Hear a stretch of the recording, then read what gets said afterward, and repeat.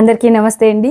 So chemical free life గురించి మనం చేస్తున్న వీడియోస్లో సోప్ నట్ ఎలా యూజ్ చేసుకోవాలి హ్యాండ్ వాషర్ కానీ గురుగారు మీకు చాలా బాగా ఎక్స్ప్లెయిన్ చేశారు కదా.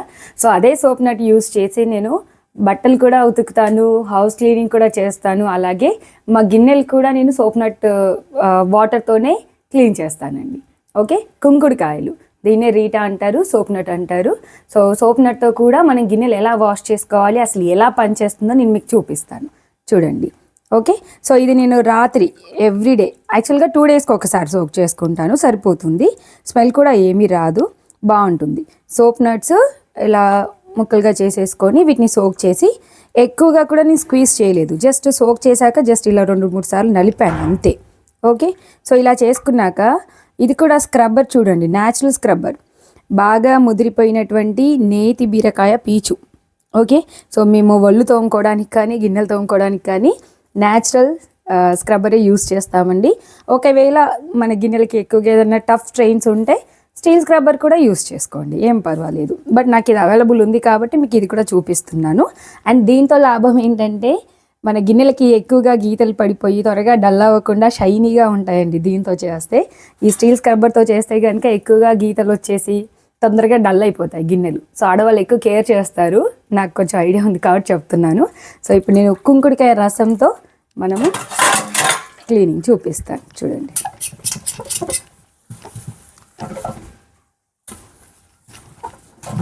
మనకి సోప్తో క్లీన్ చేసినప్పుడు ఎలా అయితే నురుగు వస్తుందో అలాగే నురుగు వస్తుంది, బాగా మంచిగా చూడండి ఇలా నురుగు వస్తుంది, మంచి క్లీన్ అయిపోతుంది. మనకు తెలిసిపోతుంది క్లీన్ అవుతున్నప్పుడు కూడా, మనకు తెలిసిపోతుంది క్లీన్ అవుతున్న విధానం కూడా.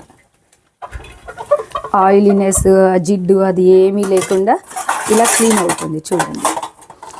అండ్ మీరు సోప్ నట్తో క్లీన్ చేస్తే బెనిఫిట్స్ ఏంటంటే మనకి కెమికల్ ఫ్రీగా ఉండడం మాత్రమే కాకుండా, సో ఏమవుతుందంటే కెమికల్ ఫ్రీగా ఉంటాం, ఓకే అది ఓకే. కాకపోతే ఇంకా ఏంటంటే చాలామందికి ఈ మధ్యలో ఏమవుతుందంటే ఈ సోప్స్, డిష్ వాషెస్ సోప్స్ వచ్చినప్పుడు చాలామంది హ్యాండ్స్కి బాగా అబ్జర్వ్ చేస్తే ఎలర్జీస్ వస్తున్నాయి, సోప్స్ పడట్లేదు.